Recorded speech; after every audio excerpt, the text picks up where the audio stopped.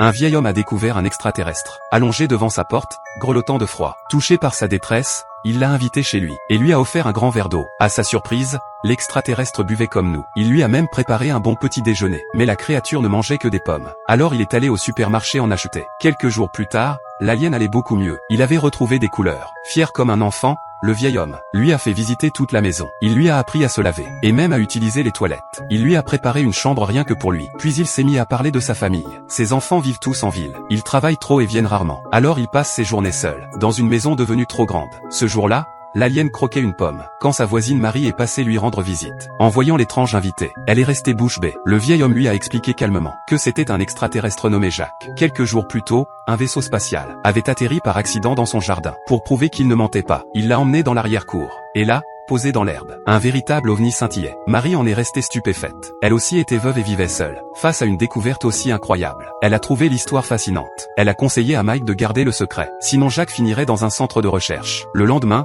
Jacques s'est mis à réparer sérieusement son vaisseau. Il a dessiné un chat pour Mike, qui l'a remercié, croyant à un cadeau. Mais Jacques semblait vouloir dire autre chose, sans pouvoir communiquer par des mots. Ce jour-là, Marie a apporté un vêtement de son fils pour habiller Jacques. Peu à peu, les deux personnes âgées se sont liées d'amitié avec l'extraterrestre. Mais une nuit, tout a basculé. Leur voisin Joey a découvert le secret. La sonnette a retenti brusquement. Impossible cette fois de cacher la vérité. Heureusement, Joey était aussi une vieille dame vivant seule. Loin d'être effrayée, elle s'est montrée curieuse. Elle a juré de ne rien révéler. Jacques a alors sorti un nouveau dessin. Cette fois, 7 chats étaient représentés. Les 3 seigneurs ont réfléchi longuement. Jacques essayait forcément de transmettre un message. Ils ont fini par conclure qu'ils voulaient sans doute avoir 7 chats. Le lendemain, un chat mort a été retrouvé devant la porte. À l'expression de Jacques, ils ont pensé à un accident de la route. Jacques a tendu un autre dessin. Et soudain, tout est devenu clair. Les 3 voisins ont compris qu'ils avaient mal interprété le message. Ils se sont mis à chercher le corps du chat dans tout le quartier. Ce comportement étrange et inquiétant a rapidement attiré l'attention de la police.